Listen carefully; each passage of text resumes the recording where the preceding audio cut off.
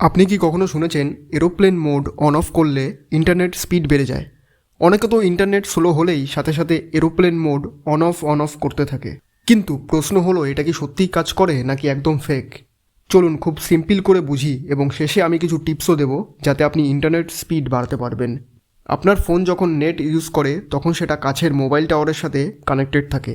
কখনো কখনো tower কনজেশন, week signal বা নেটওয়ার্ক সুইচিংয়ের কারণে স্পিড কমে যেতে পারে। এখন আপনি যদি এরোপ্লেন মোড অন করেন তাহলে আপনার ফোন টেম্পোরারিলি সব নেটওয়ার্ক কানেকশান ডিসকানেক্ট করে দেয়। তারপর যখন অফ করেন তখন আপনার ফোন নতুন করে টাওয়ারের সাথে কানেক্ট করার চেষ্টা করে।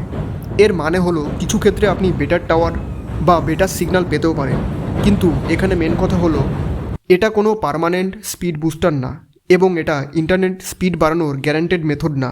শুধু কিছু রেয়ার সিচুয়েশনে সামান্য ইমপ্রুভমেন্ট হতে পারে। তাহলে ইন্টারনেট স্পিড বাড়াতে কি করতে পারেন? দেখুন, সিগন্যাল যদি উইক থাকে তাহলে কখনোই ইন্টারনেট স্পিড ভালো পাবেন না। তাই স্পিড কম থাকলে ওপেন এরিয়াতে বসে নেট ইউজ করলে স্পিড বাড়তে পারে। 5G সিগন্যাল উইক হলে 4G ব্যবহার করে দেখুন।